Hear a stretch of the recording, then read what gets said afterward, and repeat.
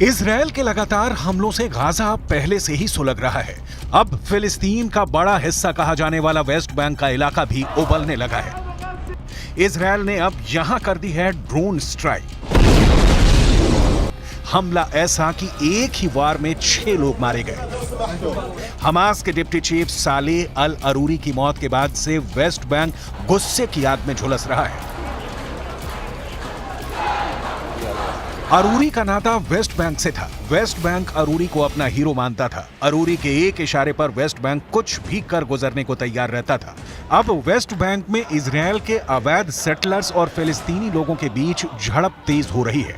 West Bank में इस वक्त बहुत हंगामा है। इजरायल नहीं चाहता कि गाजा के बाद वेस्ट बैंक में दूसरा फ्रंट खुले। एक और मोर्चे पर उसे गाजा से भी बड़ा युद्ध लड़ना पड़े।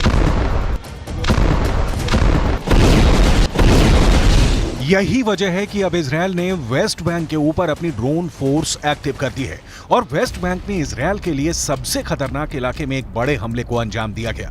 गाजा में हमास से युद्ध होने के बाद ये वेस्ट बैंक में अब तक का सबसे बड़ा हमला कहा जा रहा है। इजरायल ने वेस्ट बैंक पर एयर स्ट्राइक की। इस हवाई हमले में 6 लोगों की मौके पर ही मौत हो गई। इस हमले के बाद वेस्ट बैंक में इजरायल से बदला लेने की मांग की जा रही है। फिलिस्तीन के स्वास्थ्य विभाग का कहना है कि इजरायल की सेना ने आम लोगों की एक सभा को टारगेट बनाया और ड्रोन से मिसाइल फायर कर दी।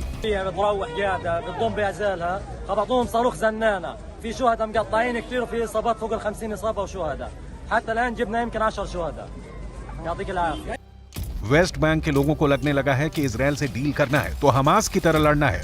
वेस्ट बैंक इस वक्त जश्न के बीच ऐसे बारूद के ढेर पर बैठ चुका है जिसका ट्रिगर कब दबेगा ये इजरायल भी नहीं जानता।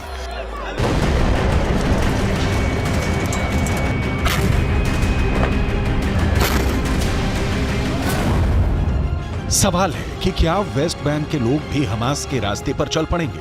क्या इजरायल पर टूटेगा वेस्ट बैंक का तूफान? गाजा के बाद वेस्ट बैंक युद्ध का दूसरा एपिसेंटर बनने जा रहा है। वेस्ट बैंक फिलिस्तीन का वो हिस्सा है जो गाजा से करीब 20 गुना बड़ा है और यहाँ करीब 30 लाख लोग रहते हैं जो फिलिस्तीनी हैं। यहीं से इजरायल को 7 अक्टूबर जैसे हमले का खतरा सता रहा है।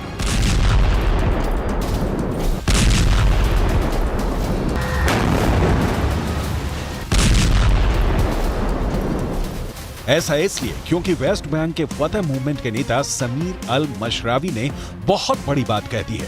फिलिस्तीनी मीडिया के मुताबिक फतह मूवमेंट के नेता समीर अल मशरावी ने कहा है कि हमास ने जो किया वो फिलिस्तीन के लोगों के लिए फख्र की बात है और इजरायल से लड़ने के लिए फिर से छापामार युद्ध की शुरुआत जरूरी है। गाजा में इजरायल के गदर के बाद वेस्ट बैंक के लोगों में गुस्सा बहुत है। यहाँ लगातार इजरायल के खिलाफ प्रदर्शन हो रहे हैं। इजरायल वेस्ट बैंक के लोगों की आवाज को दबाने की कोशिश कर रहा है। फिलिस्तीन की सरकार का कहना है कि 7 अक्टूबर को युद्ध शुरू होने के बाद से अब तक वेस्ट बैंक में हुए हमलों में 329 लोगों की मौत हो चुकी है, जबकि 1200 से ज्यादा लोग घायल हैं और 240 लोगों को आईडीएफ ने बंधक बना लिया है।